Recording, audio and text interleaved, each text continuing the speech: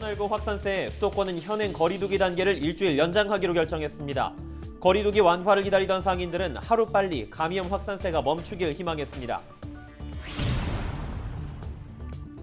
인천시가 2030 미래 비전을 발표했습니다. 인천시는 부평구와 계양을 문화가 살아있는 산업 중심지로 조성하겠다는 방침입니다.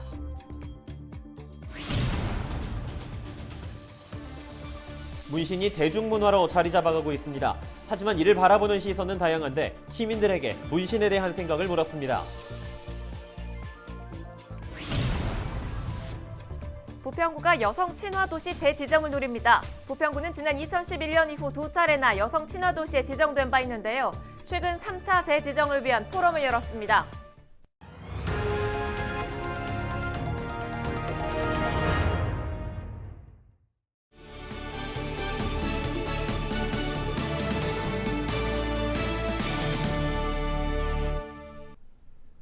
시청자 여러분 안녕하십니까? 헬로티비 경인뉴스입니다. 첫 소식입니다.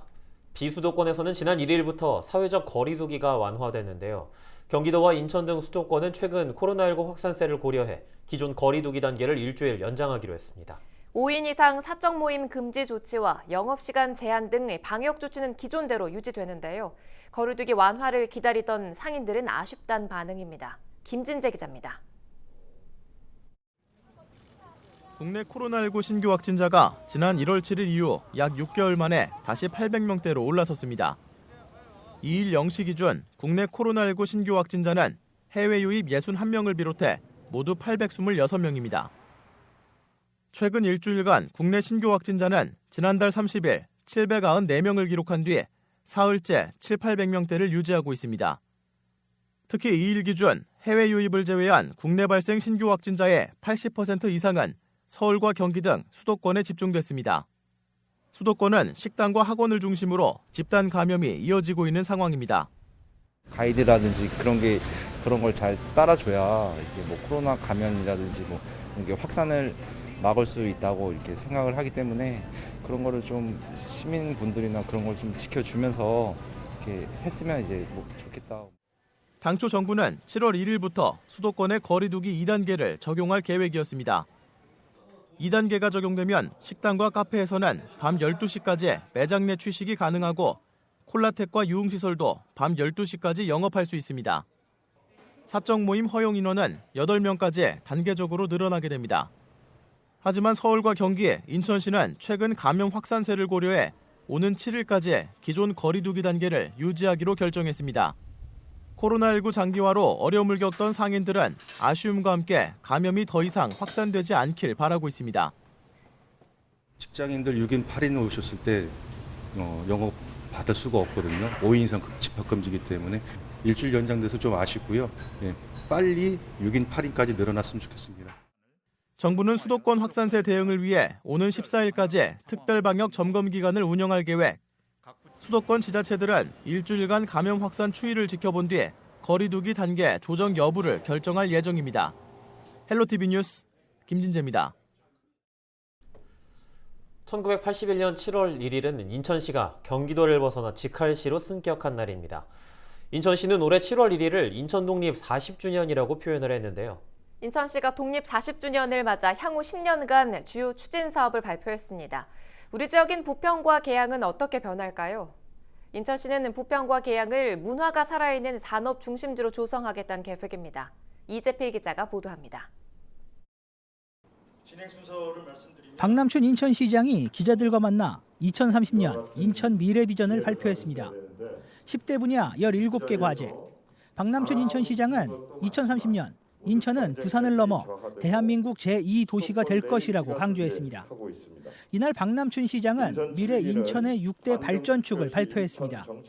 6대 발전축의 중심에는 송도와 도화, 그리고 계양 테크노밸리를 잇는 데이터 네트워크 AI, 이른바 DNA 혁신밸리가 있습니다. 송도 국제도시에 바이오와 헬스 등 첨단 산업을 집중 육성하고 이를 도화와 계양 테크노밸리까지 연계해 새로운 산업 생태축을 구축한다는 방침입니다.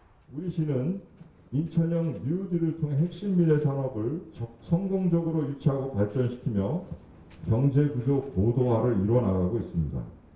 이를 바탕으로 원도심과 신도시를 연계하는 3가지 산업혁신 벨트를 조성해 나가겠습니다. 부평을 중심으로 한 문화 역사 재생축도 구축됩니다. 기존 군용선로를 이용해 부평에서부터 인천 내륙을 지나 연안부두까지 연결하는 트램을 설치할 계획입니다. 원도심 교통망 확충은 물론 관광 인프라 역할까지 맡는 겁니다. 부평 미군기지는 오는 2028년까지 대중음악 자료원 등을 갖춘 역사문화공원으로 새롭게 태어납니다. 원도심의 문화관광자원은 하나로 이어서 인천의 문화역사재생축으로 재탄생하게 될 것입니다. 문화역사재생축을 가로지르고 이와 연결되는 다양한 교통망은 인천 시민은 물론 수도권 전역에서 편리하게 인천의 문화역사자산을 접할 수 있는 기회를 제공하고 박남춘 인천시장은 이날 발표한 핵심 정책을 앞으로 지속적으로 보완해 나가겠다고 밝혔습니다. 헬로티비 뉴스 이재필입니다.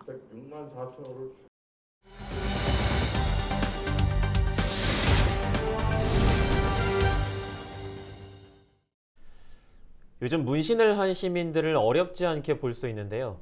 대중문화로 자리 잡아가고는 있지만 이를 바라보는 시선은 다양합니다. 시민들에게 문신에 대해 어떻게 생각하는지 물어봤습니다. 표영민 기자입니다.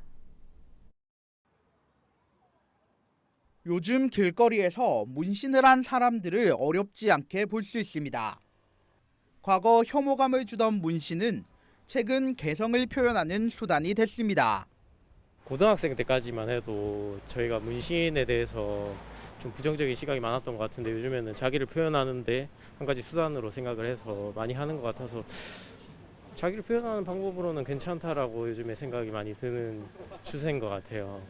크게 가지 않으면 여름철에 노출되다 보니까 조금씩 하는 거는 액세서리처럼 또 이쁘게 보일 수도 있으니까 가지만 않으면 될 것 같아요. 특히 젊은 층을 중심으로 문신은 하나의 새로운 문화로 자리 잡았습니다. 예전에는 좀 무서웠는데 최근에는 문신하는 사람이 많아져서 딱히 그렇게 위압감은 없고 그냥 패션 정도로 생각하고 있습니다. 일부는 문신의 개인의 아픔을 치유하는 역할을 한다고도 말합니다.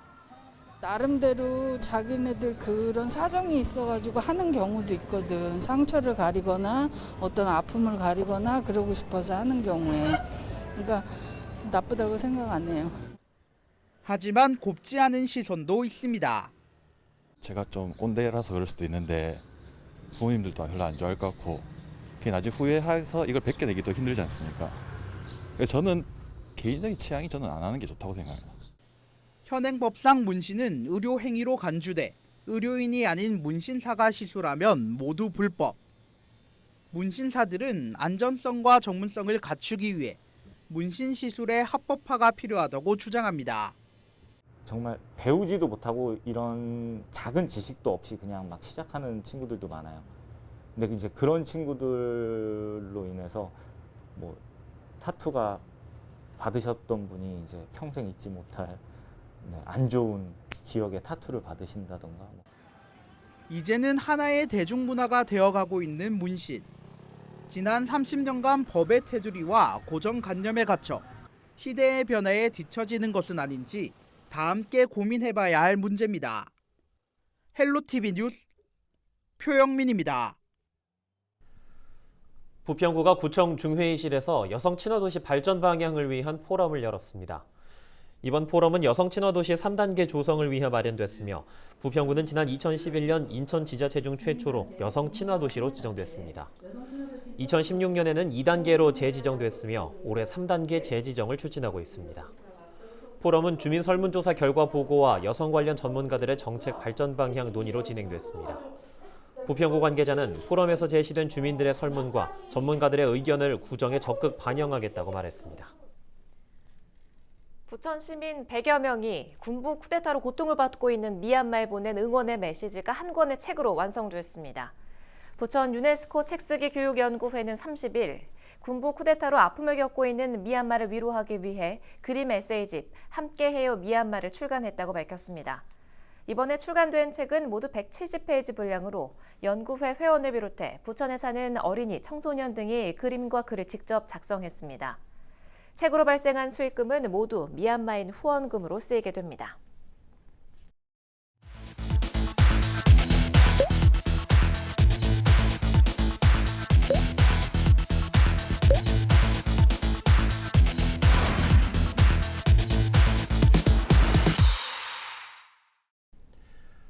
한 주간 어떤 뉴스들이 지역민의 관심을 불러모았는지 살펴보는 시간입니다. 제4차 국가철도망 구축 계획이 지난달 29일 확정됐습니다. 그동안 논란이 됐던 GTX-T, 이른바 서부권 광역급행철도는 김포와 부천을 잇는 것으로 결정이 났는데요. 김포 지역 시민사회는 강하게 반발했죠. 반면 부천은 GTX 노선을 비롯해 제2경인선과 대장 홍대선까지 건설이 확정됐습니다. 이 지역을 관통할 철도 바람에 벌써부터 분위기가 고조되고 있습니다. 이정하 기자입니다. 21.1km에 달하는 서부권 광역급행철도 노선. 서울 강남권 연결 대신 김포 장기부터 부천 종합운동장역까지만 있는 계획이 확정됐습니다. 여기에 서부권 교통 편의를 위한 대안이 함께 나왔습니다. 사업자 협의를 거쳐 부천 종합운동장역에서 GTX B선로를 이용해 여의도, 용산 등 서울 도심권과 연결하겠다는 구상입니다.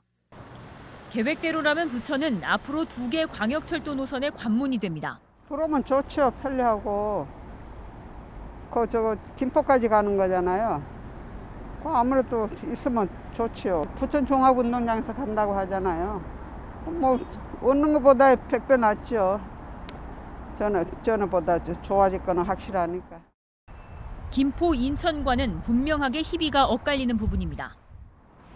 이로써 이곳 부천 종합운동장역 일대가 수도권 교통인프라의 새로운 중심축이 될 것으로 보입니다. 부천 시민들은 환영의 입장을 밝혔습니다. 편리할 것 같죠. 기대가 많이 되는데요. 되게 좋다고 생각해요. 서울과 부천 옥길 등 경기 남부, 인천을 관통하는 제2경인선도 4차 국가철도망에 포함됐습니다. 주민들은 기뻐하면서도 빠른 추진을 요구하고 있습니다. 지하철만 생기고 나면 아마 날개를 달지 않을까, 옥길이. 뭐 지금 만약 결정이 나도 한 10년 정도 기다려야 되지 않을까요? 근데 그게 조금 더 이렇게 앞당겨졌으면 좋겠다는. 또 대장 홍대선 역시 최종 확정 계획에 이름을 올리면서 부천 지역 곳곳에서 철도 신설에 대한 기대감이 한층 더 부풀고 있습니다. 헬로티비 뉴스 이정하입니다. 인천 지역 관련 철도 노선도 이번 4차 국가철도망 구축 계획에 상당수 포함됐습니다. 지난 공청회 당시 공개됐던 노선이 그대로 반영됐는데요. 이번 4차 계획에 포함된 인천 지역 신규 사업 노선을 이재필 기자가 정리했습니다. 이번 4차 국가철도망 구축 계획에 포함된 인천 지역 노선은 모두 4개. 첫 번째는 서부권 광역급행철도 GTX-D입니다. 김포 장기동을 시작으로 검단과 계양, 부천을 잇습니다. 21.1km로 짧은 노선이지만 서울과의 직교를 요구하는 지역사회의 요청에 따라 GTX-B 노선을 사용해 용산까지 연결하는 방안을 추진합니다. 다음은 제2경인선입니다. 인천 청학에서 시작해 노년, 서창을 거쳐 부천 옥길과 광명을 잇습니다. 구로 차량기지 이전 노선과 기존 경인선 구간을 연결하면 신도림을 거쳐 노량진까지 닿습니다. 인천 2호선 고양 연장 사업도 4차 국가철도망 구축 계획에 포함됐습니다.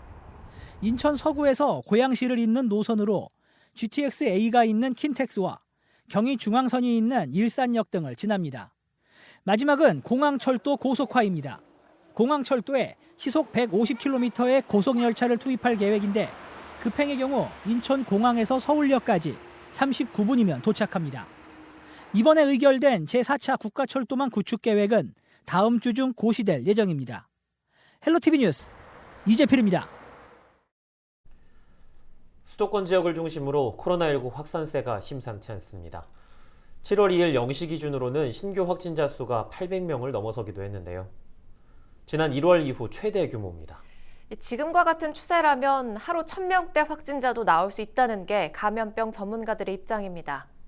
마스크 착용과 손 씻기 등 개인 방역 수칙을 잘 지키면서 이번 주말 더 안전하고 또 건강하게 보내시기 바랍니다.